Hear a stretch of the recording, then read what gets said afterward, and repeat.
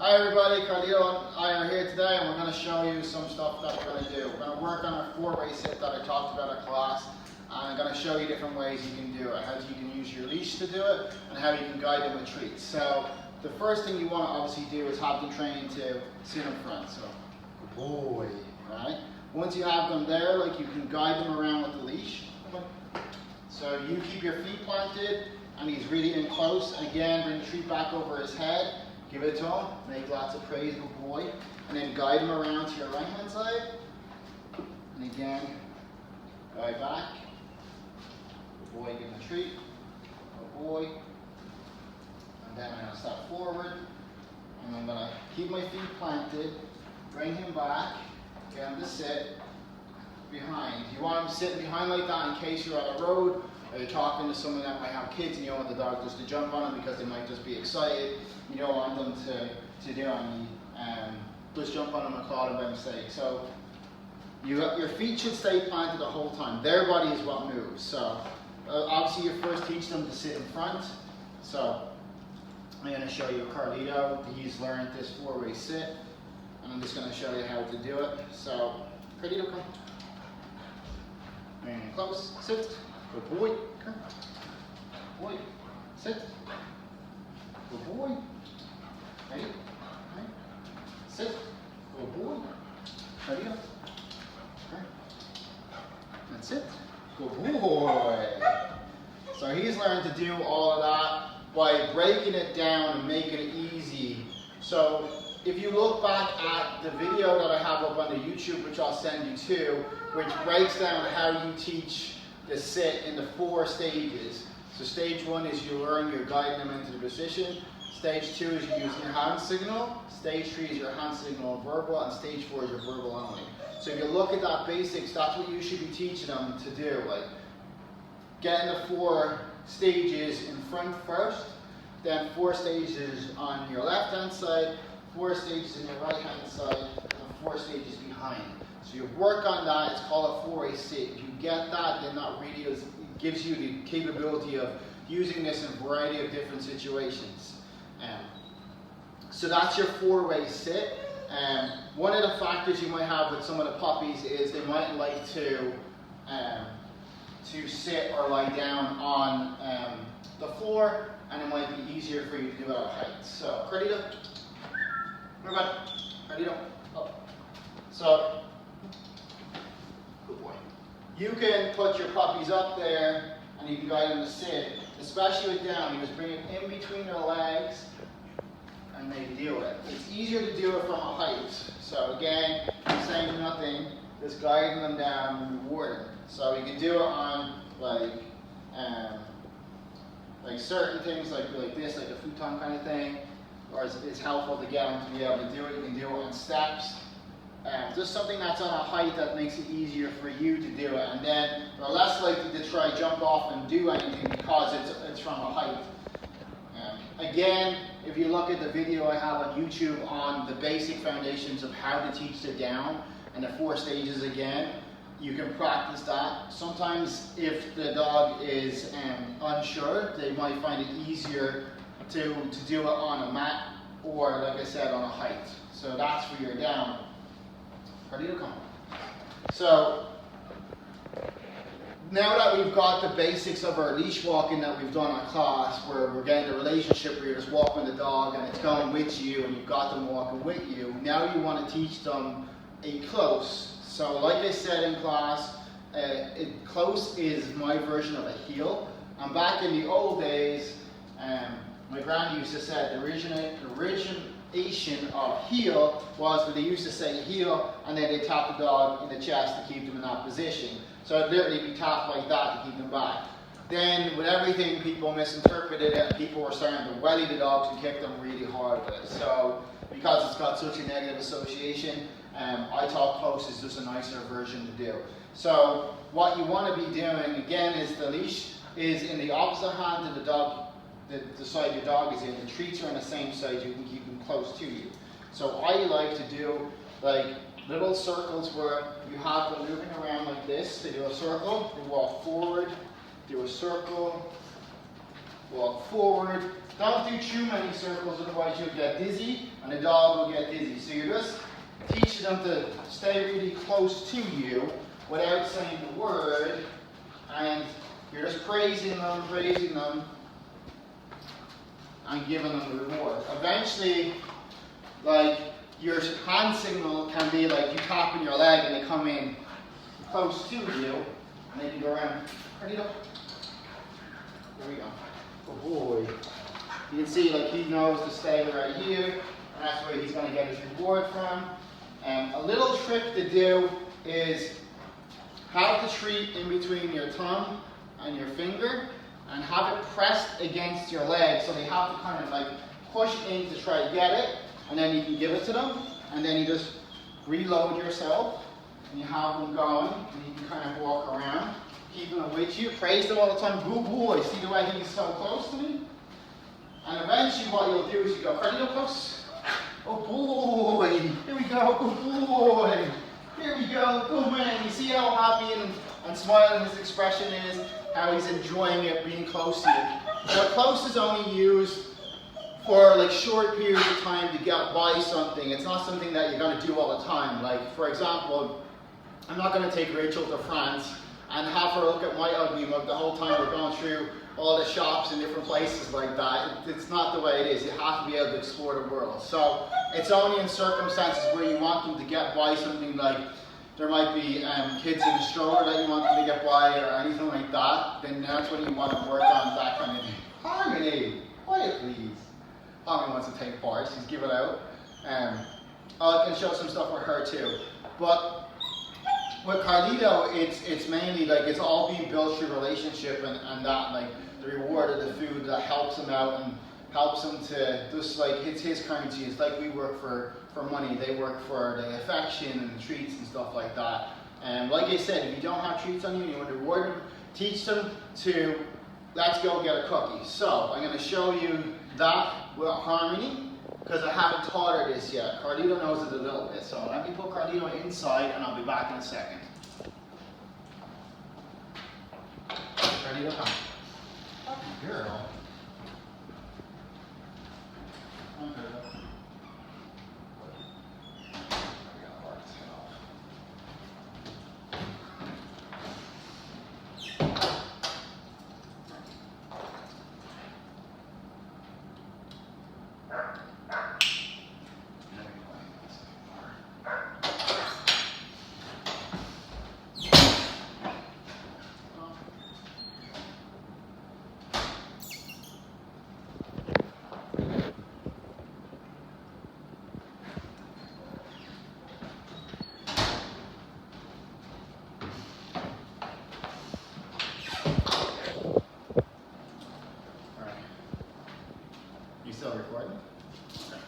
So what we're going to do is we're going to do what's called let's get a cookie. Alright, so you can have a cookie on a table or anywhere like that's in a container or anything like that, and it's easy for you to access it.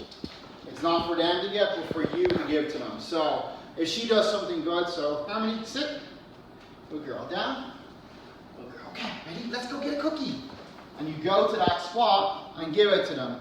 So the idea of this game is if you're out and they do something very good on a walk, you can tell them, let's go get a cookie, and you can walk back to your car if you've got treats back there and reward them for what they do. Some people think you got to reward them instantly. You've just got to tell them they've done something right like that. So you're taking a snapshot. When you say, let's go get a cookie, the dog is thinking, okay, what in that moment did I do? When I took a picture with my mind, what did I do? Okay, I did a sit and a down, and that's how I got rewarded. So that's a little game to practice. Just like, let's go get a cookie, have treats in different rooms. You can have them on different surfaces and different containers and stuff like that, and teach them that. Now, the next thing that's very important to understand is what the foundations for recall. So, Harmony, come here. Come here. Ready? Sit. So, sit. Wait. So, if I was just to call Harmony's name, she's gonna wait and look for something that I'm gonna say next. So you should be saying, Harmony, come. Good girl. Alright? You're gonna reward her for coming to you, and you have to use a word to do it. Just like if I was to call your name, you're gonna look at me and wait for me to say something else. You're not going to just run over to me and anticipate it. The common mistake that a lot of people make is they'll call the dog, Harmony, come, sit, and then they'll give them a treat. Now the dog, in their mind, the last thing they got rewarded for is what they think they're getting the reward for. So the last thing she just did was a sit, not the recall. So she could have come off a deer, she could have come like from another field and came running over. But in her mind, she's not getting rewarded for the recall, she's getting rewarded for the sit. So what you want to do, this is a game you can play. You can throw a treat there, you can get away from the dog. Once they meet in time, you come, good girl. Drop the treat. Harmony, come, good girl. Drop the treat. Now you can go different places. Like I can, if she's figured it out, the game, I can throw a treat out so she goes out. And they say, Harmony, come, good girl. So she's coming to me. I'll get this one. Harmony, sit. Good girl. Harmony, come. Good girl. Alright, so being able to play that little game, you can also do this with multiple people. You can have them calling from different rooms. You can have like a little square set up where you call them back and forth between each other, and that can really, really help you. Another really important thing that a lot of people forget is when you let your dog off leash, tell them to go play if they're in an open field or anything like that, and they're running around and they're going playing. Right? What you want to do is you want to make sure you call your dog back to you a couple of times, put them on leash. Good girl. And you want to play around with them. Good girl. Yeah, Harmony. Come on. Good girl. Puppy girl. Yeah. Good girl. And then you want to let them go play. What we all do, and it's a common mistake that a lot of us make, is the only time you put the leash back on them when they're playing is when they need to go home. So the dog will go, I don't want to go home just now. I'm going to run around and do my own thing. So you might end up running around trying to catch your dog, and if they're in a rush to get to work or anything like that, it can be very difficult. So you want to call them back to you, and you want to make sure that you give them lots and lots of praise, and you're putting them on leash several times and you're doing it. The next thing that's really important, and we all make a mistake of doing this too, is when we do call them back to us, we straight away go and grab the collar. And when you grab the collar, they'll start to try a keep away game, because they know when they come back, that means you get hold of them and then they can't go anywhere. So when they come back to you, come, good girl. You want to be praising them, rubbing them all over. You see she loves it. Now you can take hold of the collar, and then you can clip it on and let them go play. And again, so we'll see if I can get it to go away. Go get it. Go get it. Come on. I know you're not the best at finding it. Find it. Find it. Go. Go. Good girl. Harmony, come. Good girl. So again, it's all praise and petting her, all over her, and then you can take over the collar. And the same thing if they have a toy that they get the ball or anything like that. So let's see if she'll play. She normally will only play with a tennis ball, but I might get her to play. Ready? Go on. You want to get it? No? You want your ball? Sometimes they'll play with the different toys. It depends on your dog. Really make it more interesting. Oh, it's mine. Oh, it's mine. Get it. Good girl. Go get it. Go get it. Good girl. Good girl. Yay! Make lots of praise for her. Again, you're rubbing her all over before you take the toy. A lot of times, the easiest thing to do is throw the toy again, so the game continues. Good girl. And she sees you're just like not going to take it and keep it away from her, so you can see like lots of praise. Take it, throw it. Good girl. What a good girl. Yeah, puppy girl. Good girl. So again, you can see she's used to coming back with the toy, getting lots of praise and dropping it, and then Troy gets shown again.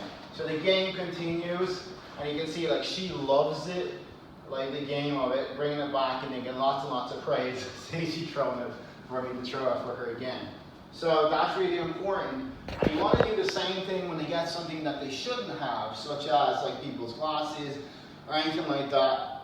You want to make it like the best thing in the world. They bring it back to you and you can exchange it.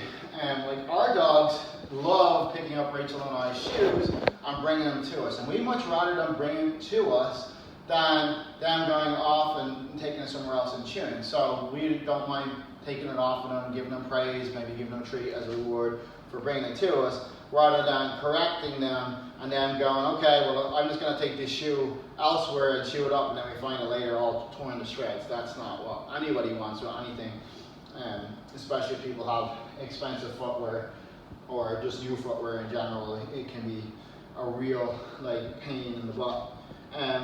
Like I was saying last time when we were at class, you want to be able to like check their teeth and their paws, check their belly, so you can see like she's well used to it. She loves all this, and you just praise them, good girl, and you give them a treat every so often when you're checking. And it's important to be able to like check if you're out in a forest or anything like that. Check if there's any wounds there, or like there's torns in the paw pads, or there might be torns on her belly, or she might have a rash from going through some plant material. And you want them to be used to kind of like being handled all over, like especially their tail and stuff. Another trick to do, actually right? You will have a lot of people will do this to your dog. They'll bang them on the head. So what I do is when I'm teaching them at the start, I'll give them treats every couple of seconds that I'm doing this behavior where you're banging them on the head, you're giving them a treat. Now you're doing it really gently, you're not like whacking them on the head. Like she could get used, she's used to that so much. But this is like kids will do this, old folks will do it. We learned from doing a lot of therapy work that a lot of old folks and people with disabilities can be very strong, and they do be very rough when they're saying hello to their pets because they don't have the concept, or they miss the physical contact of the dog, and they do it a lot. So getting your dog used to this can be really helpful because they don't become hand shy. It can be very helpful then, just like when people in general touch them and get them used to it. So like again, you can just like rub them all over, and she like loves it. I mess with her ears, I grab her collar, I can do all sorts of things. I check in her teeth to make sure that she doesn't have anything that I can open her mouth, and check, make sure she doesn't get like sticks if she chews on sticks or anything like that. We do not recommend that using sticks to play because they can get them wedged between their mouth. They can also get them impale on them, so that's not something that we recommend. So I know we're going to like run through everything really quickly, but break it down into steps. I'll also attach some of the breakdown videos that are on my YouTube channel that I think will be very helpful. But showed you Harmony and Carlito. So that was kind of your last class for Harmony's puppies. So practice all that kind of stuff, and let me know if you need any help. You can send me videos of you doing it with your puppies, and I can give you some feedback on how you're doing, or how you might do something that might help you improve. And then for Bibiana's puppies, this is also all very useful for your puppies too. So it's week 2 for you guys, but this is all applicable to everything that we're going to teach. And like I said, I'm going to do more videos for you guys and different stuff. Well, let me know if there's anything else you guys want to do. But like you see with Harmony, and you'll see with Carlito too, they just like to hang out with us and lie down. And this is the time when you really want to go over, like praise them too. Like we go over several times and give them lots and lots of pets because they've done something that we want to keep them relaxed. Like the more you reward them for the stuff you want, the gut behavior, the more they're going to repeat it, and the more they're going to do what you want to do rather than what you don't want to do. So go give your puppies a hug from Rachel and I. Go enjoy your training with them, and if you have any questions, please let me know. All right, thank you. Cheers.